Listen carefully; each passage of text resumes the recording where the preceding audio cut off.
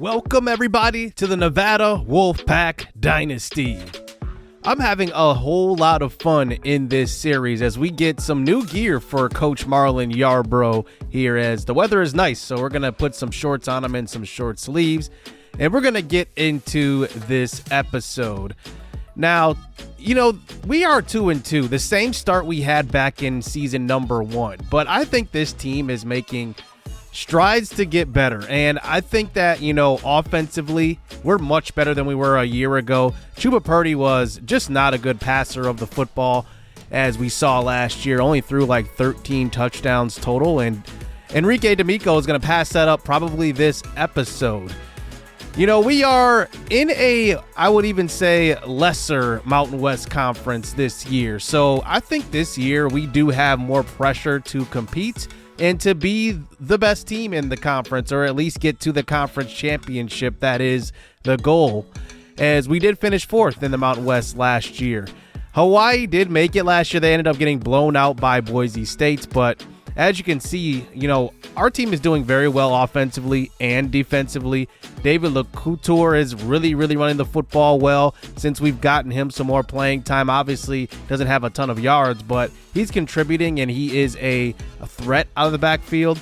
Receiving-wise, we have a lot of different players who can do a lot of different things. We probably still don't have that speedster on our team, but defensively is where we are shining this year, and honestly, like, we are amazing right now getting after the quarterback. I believe we are actually second in the NCAA in sacks at this point, and as you can see, everybody's really getting after it.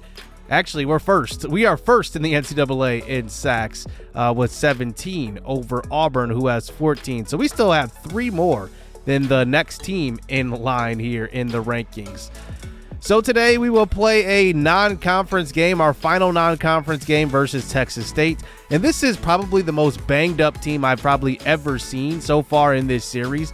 They are without their top 2 running backs, the top 3 running backs, and their starting quarterback. Like, this is a team that is hobbling at this point, and we will see if we can get the win on the road today. So here we go. Let's get into some quick highlights of this one. Here is David LeCouture, who gets a carry up the middle for a gain of 14. He is a freshman with star development. We're going to continue to get him the ball. Here's a throw to the right side. That one is caught as D'Amico finds his true freshman Mike Bandy at receiver. And here is LeCouture capping off this drive with a 1-yard touchdown run on a 4th and inches.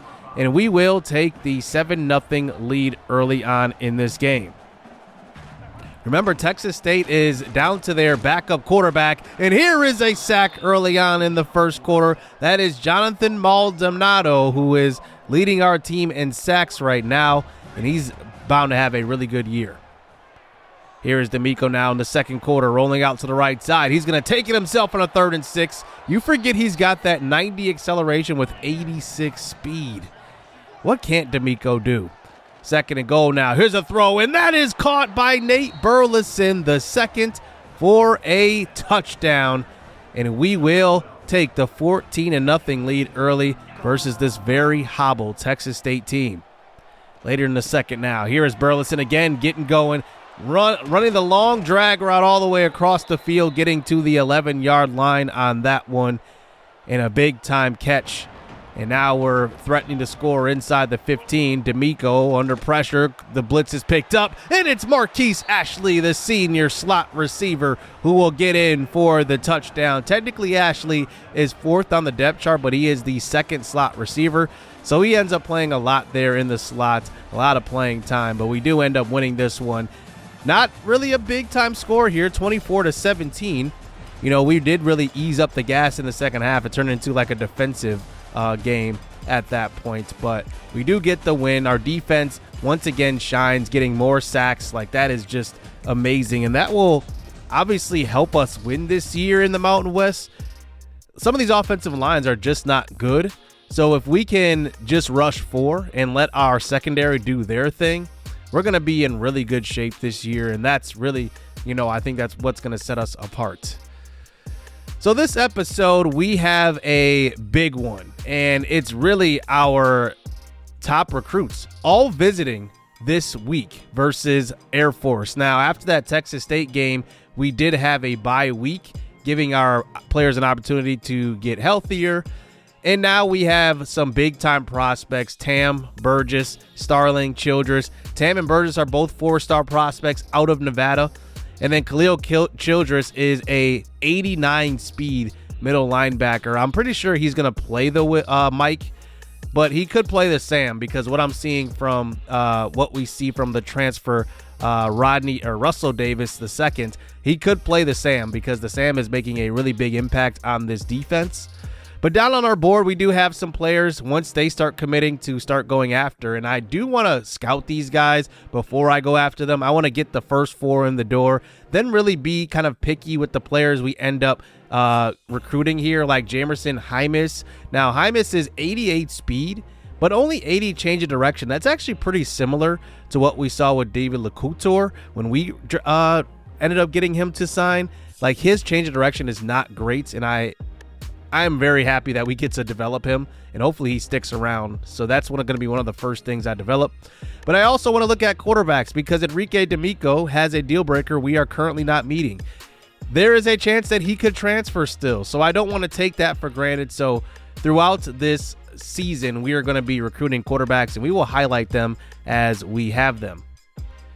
So Akili Smith is the quarterback of Air Force, and remember, this is a team that runs the option quite a bit, and I think that this is going to be an interesting challenge for us, because we have not faced a team that runs that triple option offense, and I'm curious to see how our defense will hold up. But they have a mobile quarterback. We have to really, play a different brand of defense today as we get this game underway, as this is the game we have to win. And also, if we end up winning a blowout, we will get more points for our visiting prospects. So that's definitely a goal for us. But Akili Smith is a mobile quarterback, has not thrown for a touchdown pass this year. This is going to be a run-heavy game for this Air Force offense. The first carry is going to be to Washington, and Washington breaks up the middle. And that's what I'm talking about right there. We have to be able to stop the run, as Christian Washington starts it out with the big-time carry. Back to the fullback here, and this is going to be a gain of 4. Amir Broussard there on the tackle. We're going to be rotating guys in and out here on the defensive line because we know they're going to get tired. Here's a throw to the left side. That's intercepted. It's Sion Leolea, and he will come up with an interception for his 2nd of the year. And this is one of the weaknesses going into Season 2 that we addressed. We recruited Leolea along with Josiah Persinger, and both of those guys are locked down on the outside. A really good play by Leolea. And wow, we start out now with good field position after the turnover. Here is D'Amico now handing it off on the first offensive play to David LeCouture, and he will pick up a gain of 3. 3 wide receivers out there with Cooper Flanagan on 3rd and 7. D'Amico, this time using his legs, getting around the pass rush, and I thought that was going to end in a sack, but D'Amico just has that athleticism. Now at the 33, here's a screen pass. This time LeCouture gets a couple of blocks. Trent Scott, number 52, gets out there, along with Huntley, the true freshman center, who is starting after the injury of our starting center. Here's a quick throw on RPO over to Flanagan, and Flanagan just finds a way to get open. Last game he had 5 catches, but this is a guy that can go off at any time. 2nd and goal. Here's another throw to the right side. It's Flanagan again for the touchdown. Number 7 on the year. He is tremendous. He was probably one of our biggest transfer portal ads. He just continues to get into the end zone. Nobody can guard him. He's a mismatch nightmare. So 7-0 here for Nevada, as Air Force is back on offense, back to the ground game, and another big carry and a juke move to the 50-yard line, and eventually we do get to him. Josiah Persinger there with the tackle, but he is down on the play. So here we go. Once again, here's another option. Look at this play. A pitch out to the tailback, and they will get it all the way to the 25. Wow, crazy play design on that one. More triple option now. Here is a tackle, and that time it's Josh Hopper, the transfer from Minnesota. And fractured toe Josiah Persinger. So this could be a long-term injury. We've had a couple of injuries on the offensive line, none on the defense so far. But here's a 3rd and 14. There is a nice throw. Keely Smith does avoid the pass rush, and now it is inside the 15. Pitch play this time out to Washington. Washington spins, breaks a tackle, and he is in for the touchdown. And Air Force will march down the field and tie this ball game up, trying to ruin the visits from our top recruits. It is 7-7. Here's D'Amico now. Handoff. LeCouture up the middle. He gets a gain of 9. He is more of a north-south runner right now. I can't wait till we develop his east-west skills. Here's Cooper Flanagan with the catch in the flat. And it is another first down. Flanagan with 3 catches already in the first quarter. Run a little hurry up here as we like the personnel the defense has. Here's D'Amico throwing deep into double coverage. And this one's caught. It's Marshawn Brown. Wow, what a play by Brown. And remember, he's a guy that I thought was going to transfer going into last year. 6'4", big body target. He does it easily. 3rd and 5 now, another RPO. It's over to Burleson, and he has the first down again.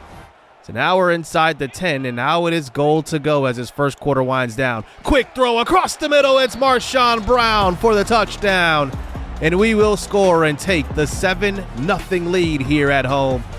And it looks like our crowd is really filling up the stands as of late. I'm not sure if it's sold out, but it's got to be close. Now it's 13-7 after a missed PAT. Here's a handoff back to Washington, who's had a couple of nice carries so far. 5 for 59 for him. Now it's 3rd and 7. Remember, Keely Smith has already thrown an interception today for his 2nd on the year. Here's a dump-off pass, and this one is going to be caught, but stopped short, and that's a tackle by Denario Hartwell. So now here we are back on offense. D'Amico winding up, throwing this one deep. He's looking for Mike Bandy, the freshman, who climbs the ladder again. This size is just tough to guard if you are an opposing cornerback. D'Amico with a clean pocket. This is what he does well. Those deep shots. He puts it right in a spot where only Bandy can get it. That animation was also pretty cool, by the way. Now a 2nd and 10. D'Amico, here's a sprint out. Oh, he's got an open man wide open. And it's Burleson who goes up and gets it. It's a touchdown. And now Nevada is on a roll with this offense. 3 scoring drives here. We end up going for 2 and end up getting it, bringing it to a 21-7 lead. But here's the defense now, getting after the quarterback. Maldonado and LaBarbera are both there. And there is a big sack by our defense. And now Air Force down by a couple of scores, maybe forced to throw the ball more. Here's a pitch play, though. And look at the spin move right there. And he had a block downfield, but I don't know what his blocker was doing on that play. And now it's a 3rd and inches. Here is an option keeper, and the ball's on the ground. It's picked up. It's Larry Swain, the true freshman safety. He's going to scoop it and score. And look who it is, Eric Sendejo again. If he's not making plays rushing the passer, how about hitting the guy that throws the passes in the run game? It's 28-7. We still have 6 minutes to go here in the second quarter. Here is Smith now, just trying to get something going with this offense, and yards are just tough to come by in this one. It's 3rd and 3 now. Another option, pitching out to Washington. Washington jukes late and ends up actually probably juking the wrong way. Xavier Abercrombie is there for the tackle, and they have to punt it away again. So now up 28-7. Here is LeCouture with the big-time carry up the middle. And he will get the first down all the way to the 35. Speaking of the 35, if we put up 6, we could have 35 in the first half, which would be a series high. Here's LeCouture, this time with the carry. He loses one on a 3rd down. And we are just going to line up to go kick this field goal. It's 45 yards out. It's Darren Bortles, and he knocks it through. 31 in the first half. I think this Air Force offense has to start throwing the ball at this point. Play action. Here's an RPO over to the left side, and Achilles Smith will find one of his favorite targets that time for a gain of 7. And now it's 3rd and 3. Can we come up with another stop here? And this is just another screen pass, and it just did not work out. Thrown into the ground by Achilles Smith, and Enrique D'Amico is back on the field.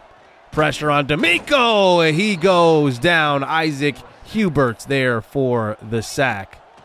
2nd and 22 now. A short pass out to Flanagan, and he gets all of that yardage back. It's a gain of 19 yards.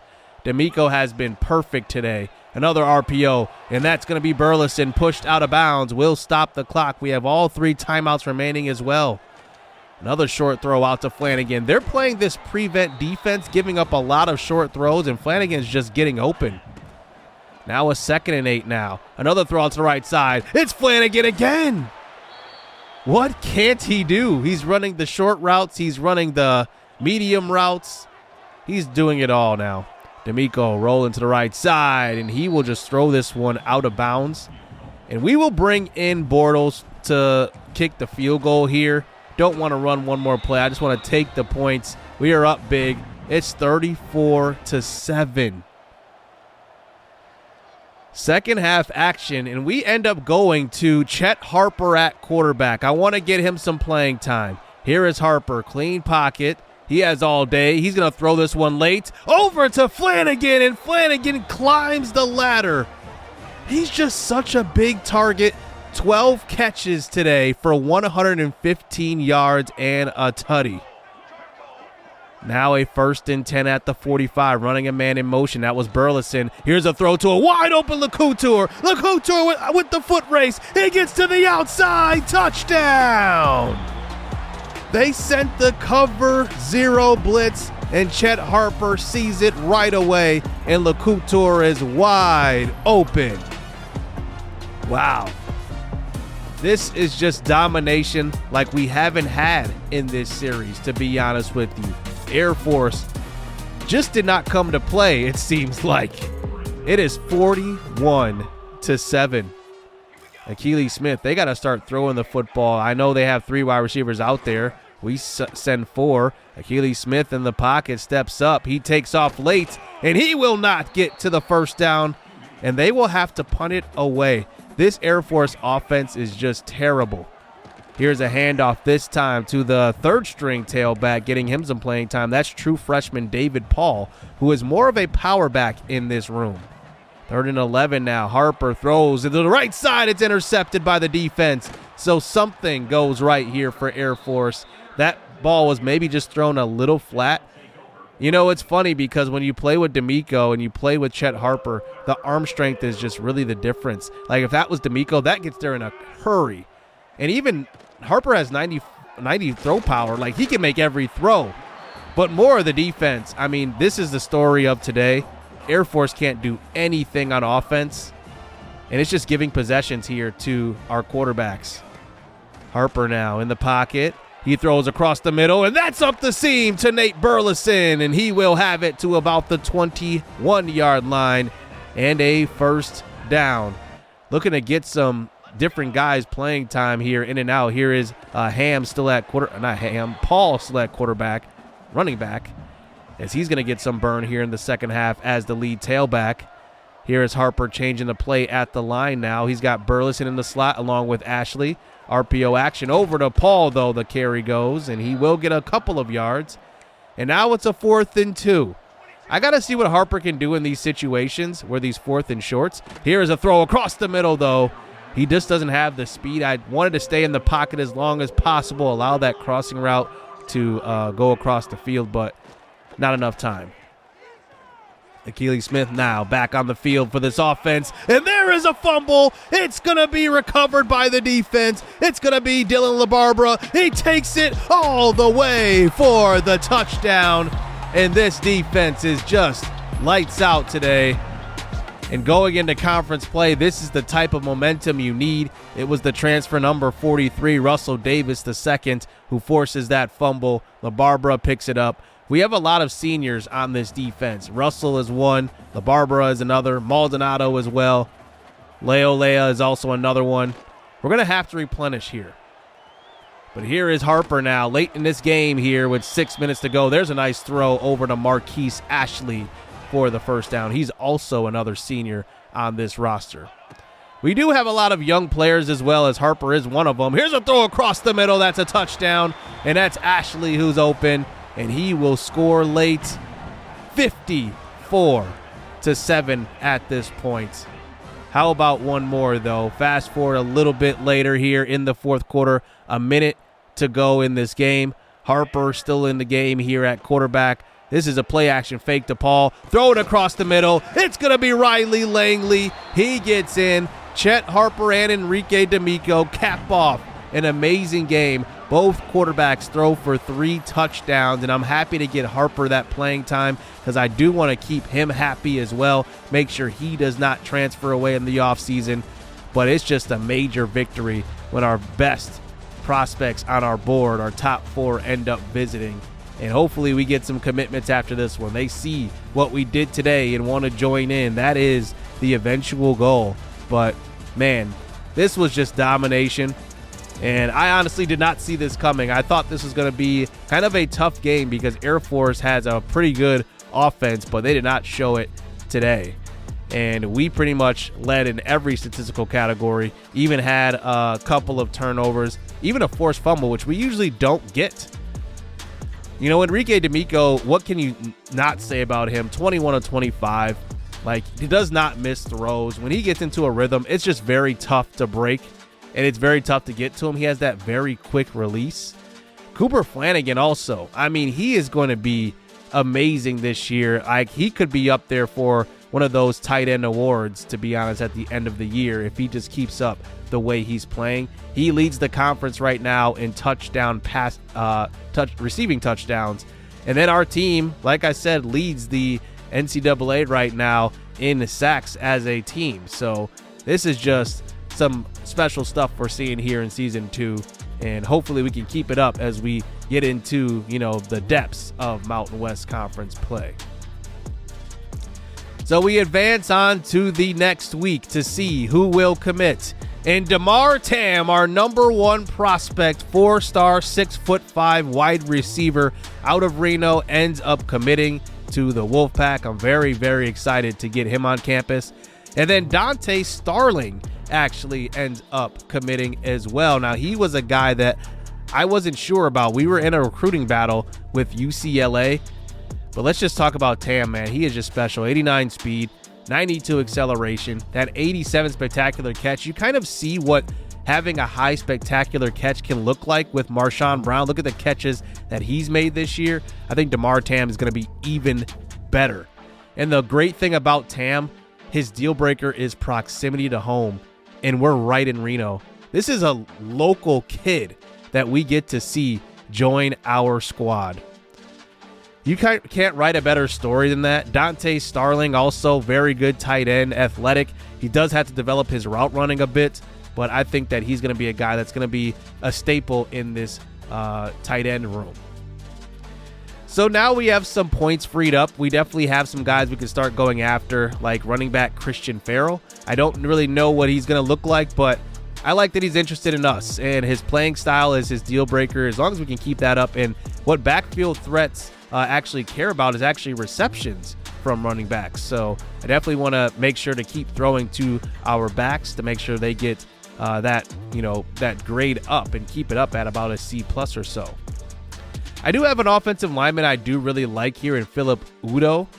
I like him, and we are competing versus Washington, and his deal breaker is also proximity to home. So I really want to get these proximity to home guys in because I know they won't transfer away more than likely. But competing against a Washington native, and Washington is the top team, I think we're definitely going to have to go harder after him. Some more running backs down on our board. Shaq Shaw is one of them. 90 speed, 89 acceleration. I'm definitely going to be recruiting him. And I don't even need to honestly scout anymore. Like, I know I want him. Playing time is his deal breaker, so that's going to be interesting to see where we can squeeze him into the rotation. David LeCouture next year, if he stays, is still going to be the number 1 back. But Shaw is interesting. Like, he could definitely spell LeCouture, so I think that we got to go hard after him. So we're going to send the house, actually. Then some other guys on our board here, a couple of quarterbacks. And this is important because, like I said, I don't know what is going to happen in the transfer portal. Could our quarterbacks transfer away? So recruiting quarterbacks is just going to be a part of what we do every single season. But I'm not going to, recruit like 5, 6 at the same time. I just want to scout them to see who works the best. Josh Goetz is interesting. 85 throw power is a bit low.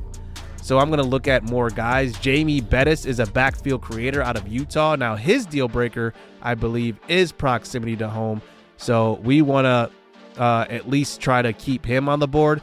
But probably my favorite quarterback is Titus Saturday. He is a pocket passer, but through development, like you can definitely, upgrade speed. So I could probably get him a little bit better.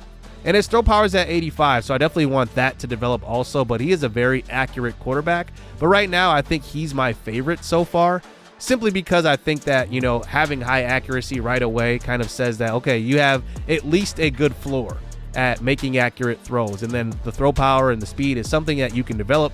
It might cost a little more, but I do want a quarterback that's accurate more than a guy that can run with the football. So we are 4-2 at the end of this episode, and I am excited to get into more Mountain West Conference play to see where this team can go. Now, we have some tough matchups coming up, like Hawaii, UNLV at the end of the year. Those two teams are going to be at the top of the Mountain West, so it's going to be important for us to win those games when they get to us. So hit subscribe, hit that like button. Next episode, we will actually play NIU for the first time in the Mountain West Conference, and we also have Wyoming, obviously. We'll try to get through 3 games, so we'll see how that goes. Stay tuned. Let's get it. Let's go.